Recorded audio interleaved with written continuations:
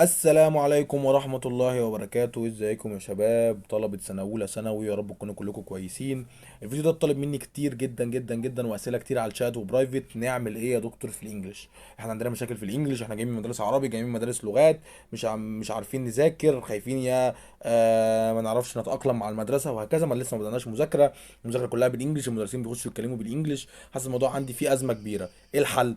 النهارده باذن الله في الفيديو دوت هحل لك كل مشاكل الانجليش، لان انا بس مش هكلمك ازاي تطور الانجليش، ده انا هكلمك عن اللغه اصلا بتتكون من ايه، من 4 محاور، كل محور ازاي حضرتك تقدر تنميه مع نفسك. واخر حاجه اجاوب لك على سؤال مهم جدا: يا دكتور انا تطوير الانجليش ده لغه بتاخد مده، انا ازاي اقدر اجيب درجات كويسه في المدرسه، ويعني اقدر اجيب جي بي اي عالي، وفي نفس الوقت اكون بطور الانجليش على جنب ما ياثرش على بعض؟ يعني ازاي اقدر اذاكر حتى لو مستوى الانجليش بتاعي مش احسن حاجه، ازاي اقدر اذاكر واواكب واجيب درجات عاليه في المدرسه؟ حلو، ده حاجه مهمه جدا، لان الحاجات اللي انا النهارده دي هتاخد وقت انك تتطور في الانجليش واحده واحده. فاحنا عايزين برضو نحل مشكله تانية، هو انك ازاي تذاكر في الكليه، او اسف تذاكر في المدرسه عندك، وبحيث ان انت تضمن درجات عاليه وتضمن جي بي اي عالي. حلو، فطبعا ان انت تتفرج على الفيديو ده للاخر، لان الفيديو ده مهم جدا، وتشيره مع كل زمايلك في اي مدرسه ستيم، تشير معاهم الفيديو ده، وان شاء الله الفيديو ده يكون نافع ليكم كلكم. وبرضو اخر حاجه هتلاقي جروب في الديسكريبشن، الجروب ده مهم جدا جدا جدا. الجروب ده بتاعنا احنا اللي باذن الله بننزل عليه الماتيريالز، بننزل عليه فيديوز زي كده، بننزل عليه نصايح بشات، بتشات مع زمايلك من كل مدارس ستيم، وباذن الله يبقى بعد كده ده شغلنا بتاع الجيولوجي كله عليه. احنا ان شاء الله مع بعض السنه دي في ماده الجيولوجيا، وباذن الله كل شغل الجيولوجي عليه. حلو، خلينا نبدا الفيديو بتاعنا بتاع النهارده. احنا جايين نتكلم عن ازاي تطور الانجليش. انا قبل ما اكلمك على اللغه عايزك تعرف معلومتين: ان لما نتكلم على تطوير لغه لازم تعرف ان اللغه مكونه من 6 مستويات. حلو، مكونه كلها من 6 مستويات. ال6 مستويات دول بيتكونوا من A ل C. بمعنى ايه؟ هتلاقي عندك مستوى اسمه A1، بعد كده A2، بعد كده B1، بعد كده B2، بعد كده C1، C2. C1 C2 دول بتوع النيتيف. يعني ايه نيتيف يا دكتور؟ يعني الناس المولوده جوه البلد، فصعب قوي توصل لهم. احنا عايزين ننتقل من A2 نوصل لحد B2 في خلال ال3 سنين بتوع ستيم. المفروض انت لما تخلص ستيم هيبقى مستواك، او الجزء اللي انت فيه من اللغه، مستواك في اللغه بيساوي البي 2، يعني ما بين بي 2 سي 1 كده. حلو، حلو جدا يا دكتور. فانت عايز تيجي تقول لي احنا هنشتغل من اول اي 2 ده يبقى مستوانا فيه كويس جدا، ثم ننتقل بي 1 وبي 2 وهكذا. حلو، طب هنعمل ايه؟ هنيجي نتكلم في تاني معلومه. ايه هي تاني معلومه يا دكتور؟ تاني معلومه مهمه حضرتك تعرفها هي ان اللغه عندنا بتتقسم ل 4 محاور رئيسيه، مش محور ولا اتنين، احنا بنتكلم في 4 محاور رئيسيه. المحاور دي هم السمع والقراءه والتحدث والكتابه. يعني انت لما تيجي تطور، اقول لك انا عايز اتطور انجليزي، مفيش حاجه اسمها تقول يا دكتور انا هاخد كورس انجليزي. لا، هو في حاجه انت هتطور ازاي، او هتاخد كورس في ايه. وبرضه هنتكلم في حوار الكورسات ده كمان شويه، ان انت مش محتاج اصلا تاخد كورسات. المهم، هقول لك ان اللغه بتتكون من 4 محاور. محور بنسميه الليسننج اللي هو السمع، ومحور تاني بنسميه الريدنج اللي هو القراءه. حلو، ومحور تالت بنسميه السبيكينج اللي هو التحدث، ومحور رابع بنسميه الرايتنج اللي هو الكتاب. حلو، هناخد بقى احنا كل مهاره من دول ونتكلم عنها لوحدها. انا دايما بحب ابدا بالمهاره بتاعتنا، مهاره السمع. ليه يا دكتور؟ لان دي بالنسبه لي اهم مهاره فيهم كلهم. حلو، ليه؟ حضرتك لما بتطور السمع، رقم واحد هتحل مشكله كبيره عندك. الناس اللي بتقول لي يا دكتور انا بخش الفصل المستر بيتكلم انجليزي ما بفهمش، هو اصلا مهاره السمع ايه؟ مهاره السمع ان حضرتك تسمع انجلش وتبقى فاهم جوه دماغك عربي، تبقى فاهم بلغتك الام. يعني مثلا لما اجي اقول لك هلو ماي فريند اي ام عبد الرحمن اليمني اند اي ام دكتور ان يونيفرستي اوف كذا، انت سامع الكلام ده، انت سامع ان انت في دماغك في ودنك دلوقتي سامعني بقول ايه؟ انا اسمي عبد الرحمن، انا دكتور، انا في سنه كذا في كليه كذا وهكذا. تمام، دي فكره الليسننج. حلو، طب ده يا دكتور تطوره ازاي؟ مهاره الليسننج هي سمع، بتطوره انك تسمع كتير. طب يا دكتور هسمع ازاي؟ هتلاقيني حاطط لك بلاي ليست في الديسكربشن. البلاي ليست دي شغاله بمستوى ايه؟ 2، عباره عن متحدث نيتيف، حد امريكي بيجيب لك باراجرافات، بيجيب لك مواضيع في فيديوهات 5 دقائق. حلو، يبدا يكلمك وحاطط لك تحتيه كابشن بالانجلش. يعني الكلام اللي هو بيقوله ببقه وبيقول بطريقه بسيطه وسهله انك تسمع وتركز، هتلاقيه كمان بيقوله لك مكتوب. حلو، مكتوب كابشن، يعني كابشن يعني تلاقي الكلام مكتوب. حلو، فانت بتبقى بتطور مهارتين مع بعض: بتسمع، بتطور مهاره السمع، بتكتسب كلمات ولغه جديده، وتاني حاجه بتقرا الكابشنز، فبتطور مهاره القرايه. ولما نيجي نتكلم في مهاره القرايه، حلو، انا عايزك كل يوم تسمع فيديو او 2 او 3 زي ما انت عايز، طول ما انت فاضي اقعد اسمع فيديوز من القناه دي كتير. حلو، هتلاقي مده بعد فتره حضرتك بدات تكتسب مهاره حلوه ان انت بتسمع كلام بالانجلش وتقدر تترجمه. طب يا دكتور انا في كلمات مش هبقى عارف اترجمها، في الاول مش عايزك تترجم خالص، اقعد كده اول 5 6 ايام اسمع بس، اسمع واقرا الكابشنز، هتفهم كلام نصه او نص. لا على فكره ده مستوى اي 2، يعني مستوى سهل، يعني انت هتلاقي معظم الكلام عارفه، زي ما انا بتكلم دلوقتي، هلو ماي فريند اي ام كذا كذا، تمام، هتلاقي كل كلام سيمبل، كلام انت خدته في ثالثه اعدادي، خدته في ثانيه اعدادي، خدته في اولى اعدادي، هتقدر تترجمه بسهوله. حلو. بعدين هتبتدي تنتقل لبي 1، بس الكلام ده في سنه تانية ان شاء الله، مش دلوقتي خالص. حلو. لان انت اصلا لما تخلص بلاي ليست اي 2 دي هتبقى جاهز لسنه اولى 100%، اي جمله هيقولها مدرس في الفصل هتبقى حضرتك سامعها وفاهمها. لان يا شباب مدرسين المدارس خصوصا صدقوني ما حدش فيهم عنده مستوى سبيكنج اعلى من اي 2 عموما يعني، الا مدرسين الانجليش تحديدا، لو مدرس انجلش. اي مدرس تاني بيدرس اي ماده علميه وبيتكلم انجليش بس، صدقني مستواه مش اعلى حاجه، فتبقى حضرتك بتفهم بكل سهوله. حلو. فانا كل اللي طالبه منك في الليسننج انك تسمع البلاي ليست اللي تحت في الديسكربشن، كل يوم تسمع فيديوهين 3. حلو. دي اول حاجه. نخش بقى على تاني مهاره عندنا عايزك تتكلم عليها، وهي مهاره الريدنج او القراءه. بالنسبه للريدنج انا بصراحه مش عايز يعني اخوتك كتير بيها، لان انت اوريدي هتقرا، هتبتدي تذاكر من ريفرنس. حلو. او هتبتدي تذاكر من PDF بتاعتي مثلا في الجيولوجيا، او هتذاكر من اي PDF لاي مدرس، فانت اوريدي مهاره الريدنج دي انت كده كده هتشغلها غصب عنك في ستيم، فانا مش عايزك دلوقتي توجع دماغك بيها. حلو. انت كده كده هتقرا كتير في ستيم، هتقرا كتير في ستيم، هتقرا كتير في ستيم، وخاصه لما تشتغل في الكابستون، في الكابستون بتاعك. الكابستون هتلاقي نفسك بتشتغل فيه وقت كبير جدا، فمش عايز منك اي مشكله في الريدنج هتلاقي نفسك مستواك بيتحسن فيه على طول، مش هتلاقي فيه اي مشكله. حلو. وكمان الريدنج اي حاجه تعطل فيها اديها جوجل ترانسليت او تشات جي بي تي. ايه هو تشات جي بي تي؟ تشات جي بي تي ده بكل بساطه اللي هو الذكاء الاصطناعي، اي حاجه مش فاهمها حطها عليه وقول له ترجمها لي او اشرحها لي بالعربي، هتلاقيه بيشرحها لك. فالريدنج مهاره سهله مفيش فيها مشاكل. حلو. فهيفضل لنا مهارتين مهمين جدا، اول مهاره مهاره الرايتنج الكتابه، وتاني مهاره بقى واخر مهاره او رابع مهاره بقى نتكلم فيها وهي السبيكنج. حلو. بالنسبه للرايتنج يا شباب، انا هتلاقيني حاطط لك بلاي ليست في اليوتيوب بيديك كل البيزكس بتاعه الرايتنج. طب يا دكتور هي ايه البيزكس؟ بص انت لازم تبقى عارف حاجه، ان اي محتوى رايتنج او كتابه بيتكون من باراجراف، تمام، بيتكون من باراجراف. حلو. واي باراجراف بيتكون من مجموعه من السنتنس او الكلمات، يعني من الاخر فقرات وكلمات، الاتنين دول بيكونوا بعض. حلو. فالبلاي ليست ده هتعلمك بقى ازاي تكون جمله، تمام، او سنتنس يعني جمله مش كلمات. حلو. ازاي تكون جمله، الجمله مكونه من كلمات، وبعد كده ازاي تكون باراجرافات. اول ما انت عايز تكتب باراجراف تكتب فقره، على فكره انت كتبتها في ثالثه اعدادي في الايساي اللي كنت بتكتبه. حلو. عايز تكتب باراجراف، اي موضوع رايتنج هو عباره عن مجموعه من الباراجرافات، عباره عن مجموعه من الباراجرافات. يعني انت لما تيجي تكتب بورتفوليو في الكابستون، لما تيجي تكتب اي موضوع، لما تيجي تقدم في منحه، لما تيجي تقدم في مسابقه، هتلاقي نفسك بتكتب باراجرافات. فانت تتعلم الاول ازاي تكتب باراجراف. ده هتلاقيه في البلاي ليست اللي ايه اللي تحت. طب بعد البلاي ليست في كتاب اسمه رايتنج اكاديميك انجلش، هرفعه لكم ان شاء الله باذن الله في درايف الماتيريالز اللي بيتجهز دلوقتي. حلو. الكتاب ده بيديك كل الاساسيات الخاصه بالكتابه للمستوى بتاعك، كل الخصائصات الخاصه بالكتابه، اسمه رايتنج اكاديميك انجلش. مش محتاج منك اكتر من كده، مش محتاج منك اكتر من كتاب رايتنج اكاديميك انجلش دلوقتي، وتتفرج على البلاي ليست. والبلاي ليست عموما دي بتاعت ابراهيم عادل، زي امريكان انجلش، اكيد سمعت عنه. حلو. هتلاقي كلها فيديوهات بسيطه ومش طويله، هتخلصها كلها في يومين 3. حلو. نيجي بقى لاخر مهاره والبعبع بتاعك، مهاره السبيكنج.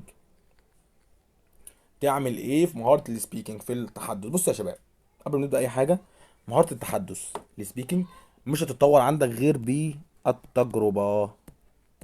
مهما قعدت اقول لك اسمع واحفظ كلمات ومش عارف ايه، مش هتتطور غير لما تجرب. يعني ايه تجرب؟ يعني تقوم تتكلم بالانجلش. الناس بتبعت لي يا دكتور انا مش بعرف اتفاعل، يا دكتور انا مش بعرف اتكلم في الفصل، يا دكتور انا مستواي ما بيأهلنيش لكذا.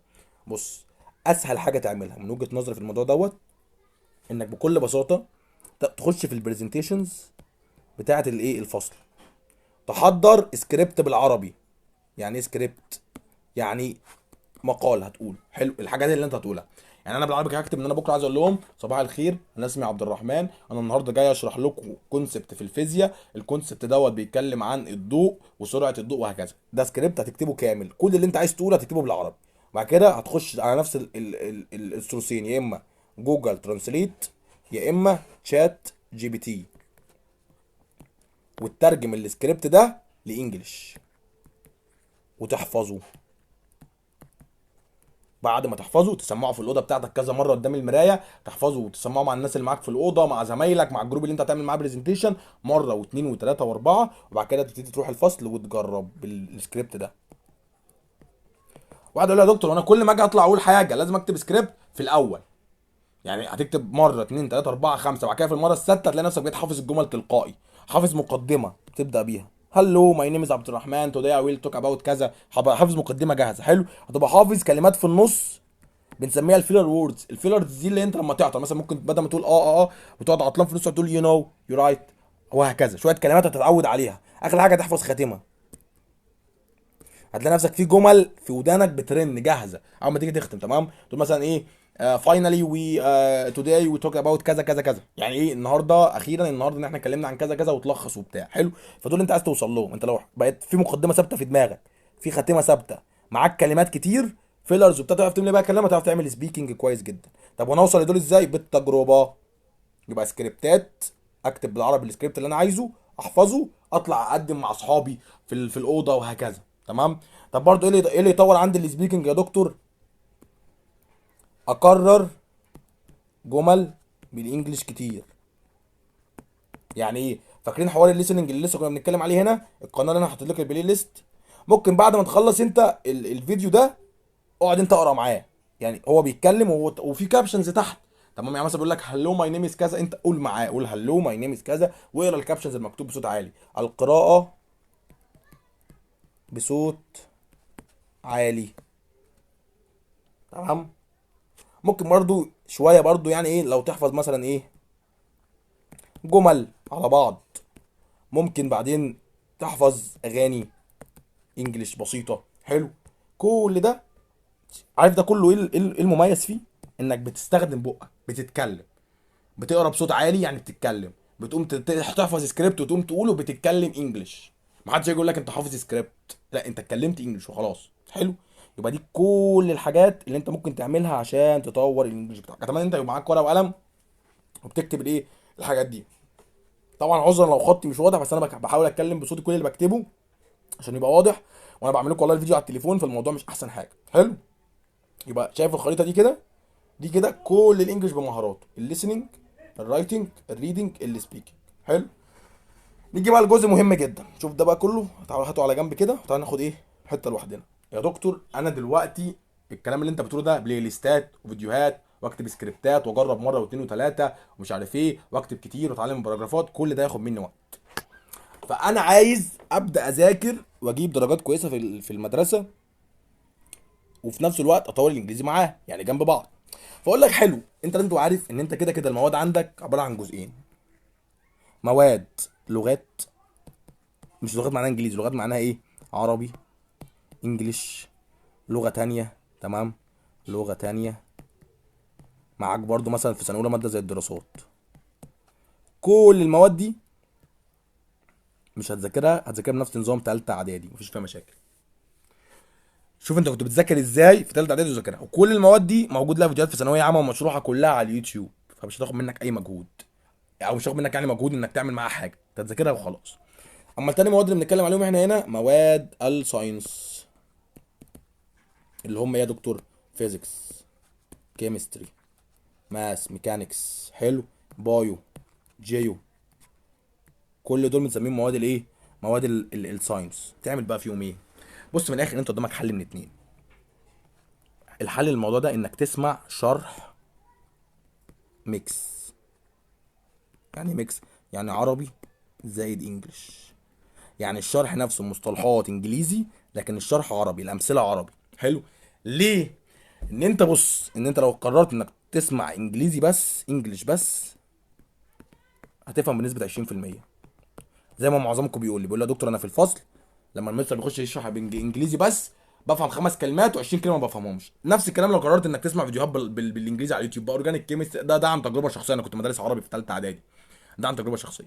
طب يا دكتور ده حلها ايه؟ فكره الميكس دي حلها ازاي؟ حلها في حاجه من اتنين: يا اما يوتيوب تدور على فيديوز شرح عربي للمواد بتاعتنا. طب دي موجوده عندك قناه مثلا زي قناه الراقي، دي في الكيمستري، شرح شويه حاجات او حاجات كتير قوي من منهجنا. عندك قناه زي قناه اوفر دوز، دي شرح حاجات كتير في الفيزيكس او اسف في البيولوجي. حلو. دي اوفر دوز دي شرح حاجات كتير في البيولوجي. وعندك كذا قناه في كل ماده هتلاقي قناه. حلو. عندك قناه مثلا اماني عادل، دي في الجيولوجي. حلو. في الجيولوجي. وبس. برضه في الماس هتلاقي شويه قنوات في الميكانيكس وهكذا. ومن الاخر اسهل طريقه على اليوتيوب انك تكتب مثلا انا باخد كونسبت بيتكلم عن السيل في البايو مثلا، اكتب سيل استراكشر مثلا كده بالانجليزي اللي هو اسم الكونسبت، واكتب جنبها شرح بالعربي. شايف الجمله دي؟ وطبقها على اي حاجه، اي حاجه اكس شرح بالعربي، هيجي لك شرح. ممكن تلاقي مصريين، ممكن تلاقي خلايجه، ممكن تلاقي اردنيين، بس المهم انك هتلاقي الكونسيبت بيتشرح من اللي عندك ميكس، بيقول المصطلحات بالانجليزي وانت كده المصطلحات مش هيبقى فيها مشاكل، وبيشرح بالعربي. وتاني حل واللي بالنسبه لي انا كعبد الرحمن لو رجع بيا الزمن كنت بعمل كده، وده الحل الامثل، الكورسات. ليه؟ الكورس بيوفر لك ميزه الميكس، بيوفر لك فايلات مرتبه، مش لازم تقعد تقرا من بي دي اف وتروح دماغك، فايلات جاهزه. حلو. معاك هو تيم بيرد على اسئلتك لو في حاجه مش فاهمها، هو بيشرحها لك تاني. فبصراحه الكورس مفيد جدا جدا في حاجه زي كده، خاصه اول ترم. يعني اول ترم بس في سنه اولى ممكن انت تمشيه كورسات، بعدين عادي انت تشوف المواد المهمه ممكن تكمل وممكن ما تكملش فيها. حلو. احنا كده كده مع بعض ان شاء الله في كورس في ماده الجيولوجي، فما تقلقش من الجيولوجي خالص. انا دلوقتي مأجل لك، ما بكلمكش عليها كتير لان انا يعني ههريك فيها شغل. فماده الجيولوجي احنا مع بعض فيها، ما تشغلش بالك منها. تمام. باقي المواد بقى انت ممكن تاخد فيها كورسات وبس. وكورسات يا شباب في مواد الساينس بس دول. يعني يا دكتور عربي، انجليزي، لغه تانية، دراسات، الحاجات دي ما تاخدش فيها كورسات. الكورسات بس في مواد الساينس، ومش كلهم. لو لقيت حاجات مشروحه على اليوتيوب كويس زي الكيمستري وكده ممكن ما تاخدش فيها كورسات. حلو. لكن الجيولوجي انا بالنسبه لي عشان هي ايه، مش هتلاقي لها شرح كتير على اليوتيوب كويس، فانا بدرسها عشان كده. حلو. يبقى انا كده النهارده حليت لك مشاكل الانجليش كلها، ومشكله الدراسه تحلها ازاي. قدامك يا اما يوتيوب تكتب اي جنب اي كونسبت شرح بالعربي، بس طبعا مش هبقى جايب لك الشرح 100%، يعني مثلا يشرح لك الكونسبت بنسبه 60% 50%، او انك تاخد كورسات. ده من وجهة نظري الحلين الامثل ليك سنه اولى. حلو. بس اتمنى يكون الفيديو ده فادك، والفيديو ده مهم جدا جدا وحطيت فيه مجهود كبير قوي، والله مسجله من على الموبايل بس حبيت اسجله على بورت عشان يبقى كل الكلام واضح. اتمنى انك تشير الفيديو ده مع كل زمايلك وتخش الجروب بتاعنا، لان الجروب ده مهم جدا بينزل عليه كل حاجه. كان معاكم دكتور عبد الرحمن اليمني، اشوفكم ان شاء الله في فيديوز كتير جايه، والسلام عليكم ورحمه الله وبركاته.